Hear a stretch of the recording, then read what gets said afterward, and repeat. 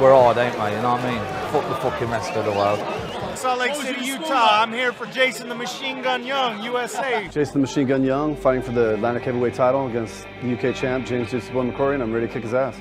Jason was everything you'd expect an American fighter to be. Brash, verbose, and massively patriotic. He'd even referred to himself as the bald eagle on a few occasions. Unfortunately, today's bare-knuckle boxers are mostly just boxers. I bring a different style. For me, it's natural. I tune everything else out, the crowd, the noise, the cameras, everything, and just focus on my opponent. Just in the zone. I'm the first American to come over here since 1863 and fight for the title, so there's much more pressure on him. Because I'm the unknown, I'm coming from the United States, we have a huge advantage.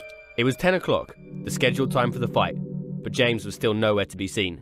Rumours that he was refusing to come down were spreading throughout the crowd.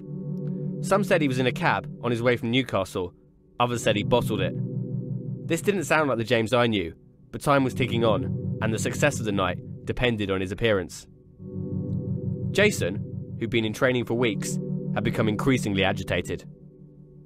Well, I don't know what happened. He got stuck up in Newcastle. I mean, we've known about this fight for a very long time. I came all the way from America. If I was back in America, I'd have 100 friends who would come get me immediately and bring my ass down here. So I basically just told him, you know, get down here. Seems like there's a lot of excuses with today's fighters. Back in the day, somebody calls somebody out and, you know, if you're going to be disrespectful, you got to back it up. People were beginning to lose hope and headed towards the exit.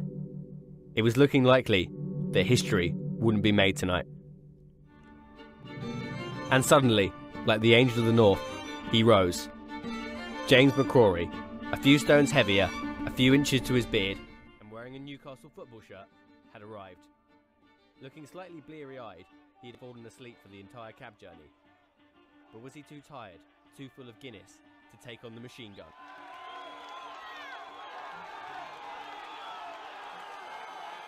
After weeks of build-up, training, mind games, and the threat of one of them not even turning up, the Atlantic title fight was about to start.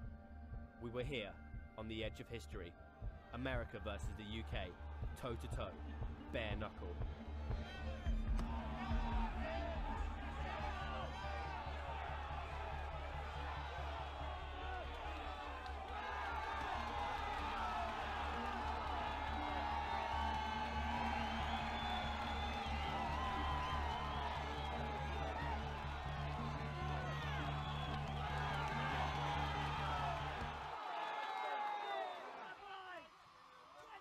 As the machine gun's fist hammered down on the struggling gypsy boy, it seemed that the title might be heading across the Atlantic.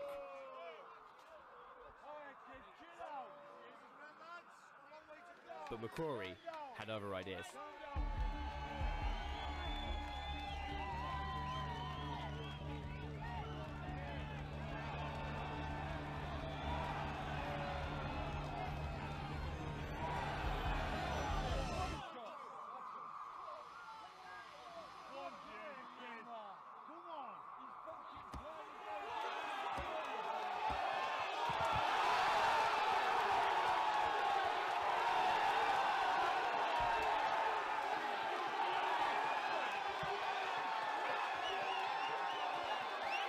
And he'd done it.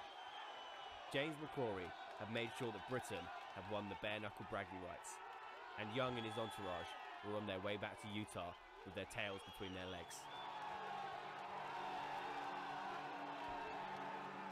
His victory marked a step into the big time, not just for Andy Topliff's company, but for bare knuckle as a sport. And perhaps it had moved closer to everyone's dream of it becoming the biggest, nastiest, and most exciting blood sport in the UK.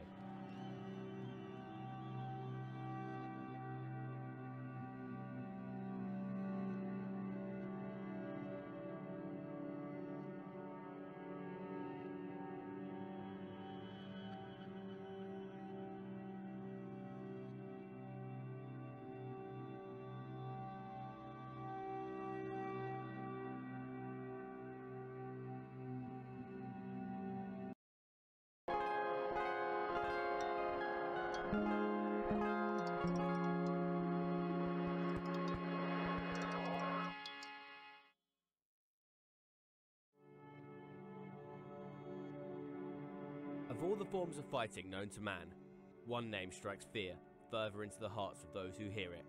Bare knuckle.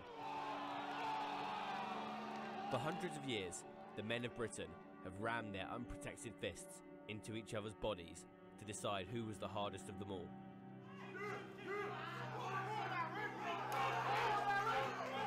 From noblemen to travellers to family men and gangsters, being a bare knuckle fighter is something that marks you out from the rest of society. It's a thoroughly British blood sport that gradually sank further into the criminal underground as the rest of society became more civilised. It's a sport of legend, honour and astonishing violence. Bare knuckle fighting is a world that most people think they understand, but few have actually seen. Now, a number of fighters and promoters are trying to take it into the mainstream, setting up the most anticipated bare knuckle fight in over 150 years. America versus Britain. And I wanted to know if the sport can ever truly take itself out of its underground past.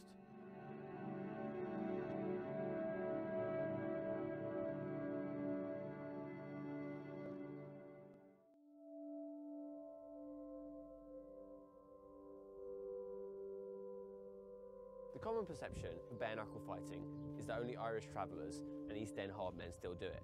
But in actual fact, there's still a thriving underground, and the fighters come from all walks of life. And it originates here in the UK. I'm here in Hinckley, just outside Leicester, to meet Andy Topliff.